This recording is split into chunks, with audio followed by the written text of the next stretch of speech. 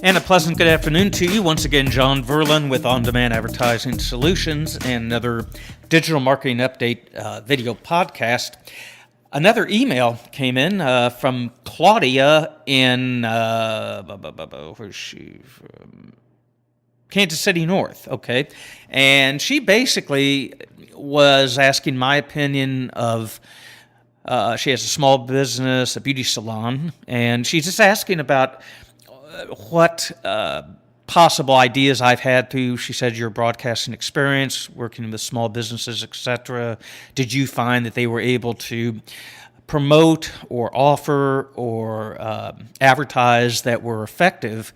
And today, what would you recommend to get more customers for my beauty salon, etc.? Claudia, great question. Thank you for the email.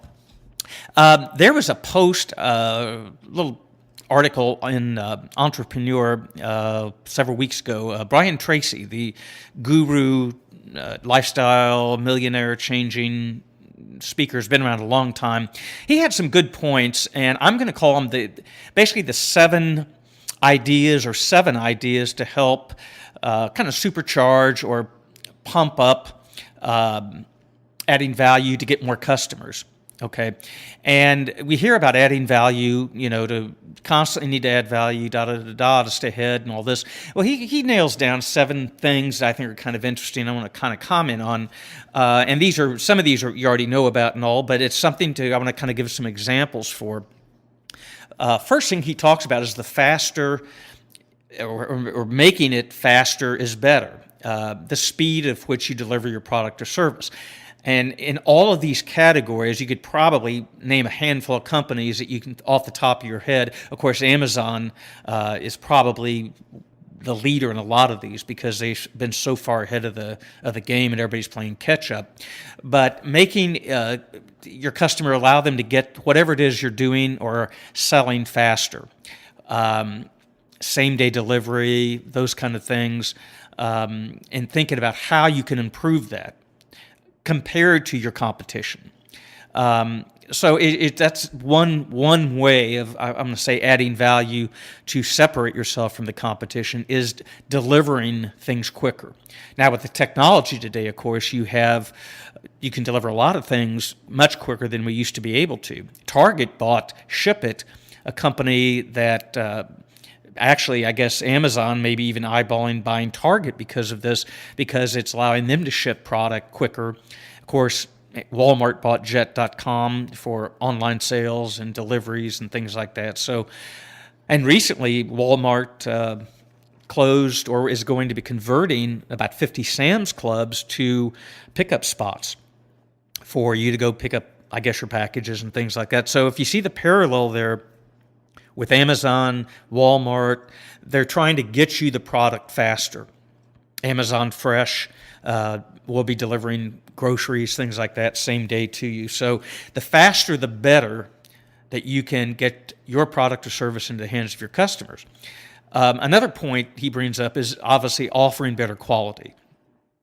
I recently bought a little IP camera, and there was a company, I think I bought it on Amazon, and I'd had issues over the last 4 or 5 years getting a good IP camera that constantly would lock into my Wi-Fi and that I could see on my phone outside of the house and not have to go through all the technical stuff, which I've had to do, which was very frustrating. So, and I bought one recently, and I was blown away by how inexpensive it was, how good it was, the images, 720p, it connected right away through their app, et cetera, et cetera, et cetera. So I went ahead and did a review for them, and they thanked me and all. But it, to me, was better quality, and it was actually cheaper than what I paid for several years ago. And they've improved it so much, I was like blown away. I thought, wow, I'm going to do a review for this. This is my solution I've been looking for. And I had several people comment from that it helped them, I guess. So making better quality. Now this to me was better quality than what I purchased several years ago as far as IP cameras and all. So that got my attention, the simplicity and the ease and the reliability, okay, that caused me to want to write a review. So those are things to think about when you're offering a product or service to customers. What is it that's going to prompt them to write a review about you that they like, they're happy with? And of course, always adding value. This is just another point to always be looking as a way, and of course, Apple's brought up as a key company that's always added value, simplicity, always one more thing, a plus, something else that you can add on to the pile that the competition isn't. Of course, recently, McDonald's and Wendy's and Burger King have had these value menu battles. And this shows you how important this is, even amongst these big corporations. $1 here, $1 there. You know, if you offer Subway's $4.99 footlong now, and there was a big article about a number of the franchisees rebelled against doing that, but I'm seeing commercials now for it, and I'm seeing a local Subway offer $4.99. You know, are they too late to the game with McDonald's and Wendy's and everybody offering, you know, $1, $2, $3 meals and things of that nature? So it's always adding something that's going to get the attention and adding that value. Increasing convenience. Now, this is, again, what Amazon is built a lot of their stuff on, and that's same-day delivery or two-day delivery for free. Now, is it really free? And this is, let's step back for just a second here on a lot of things you see. You look at that and think, wow, 2-day shipping, and it's free. Is it really?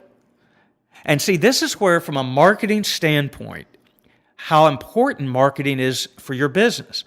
It's a perception. It's a perception. How much did the product really cost? And didn't you just build the shipping price into that and make it appear that you're offering it for free? So much of, I don't want to say sales, but it's perception of value. That's what it is. Whether it's a service you're offering that's faster, that's better, that provides the power of Watson as opposed to a accountant doing your taxes, whatever that extra thing is it add value, and does it increase convenience that they don't have to get out of the home? We're coming to that. You know, a lot of home-based businesses now. So increasing convenience so they can buy or purchase online or however they're going to do it, and make it simple for them. And of course, a lot of people today are using smartphones for making those purchases. Again, look at Amazon. They are the leader in this kind of digital technology, online buying, all that sort of thing. Now, another point he makes, and that is improving customer service. We think of customer service, I think, sometimes as kind of it's an also-ran, everybody has great customer service, exceptional customer service. It's all about the customer's expectation. We kind of drone on about that. But when I bought that IP camera, and I had a question, and I read reviews, and people said, yes, the customer service, now this is in Hong Kong, responded very quick to my questions. And I'm thinking, well, how many questions did you have? I mean, how hard is this to set up? Well, I did have one question, and I can't get my email to get a picture sent to it. What am I doing wrong? And I mean, a couple hours, I got a Chinese written something in an English translation, and it basically said you need to put an SD card in. Well, I knew there was an option for that. I didn't know I had to do it. So I went ahead and ordered one, put it in, and boom, worked beautifully. But they responded quickly, and this was one of the things a number of the reviews said was, I really respect their customer service. They were fast. Now, you wouldn't think, okay, they're in Hong Kong. Why would they want to respond quickly? Well, there are a number of reviews popped up. I did a review, and they started popping up over the next several days. People were happy with the customer service and with getting their questions answered. Now, they had complaints, well, the brochure wasn't very thorough or was this or that, but they made up for it in good customer service. And in some cases, people were still confused, but they kept talking to them through email, I guess, and they got their questions answered.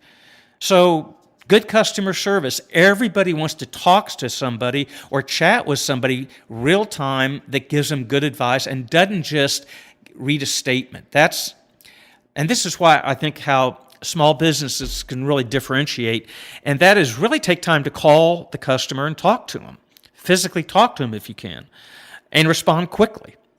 Again, this is where social media comes in and that sort of thing. But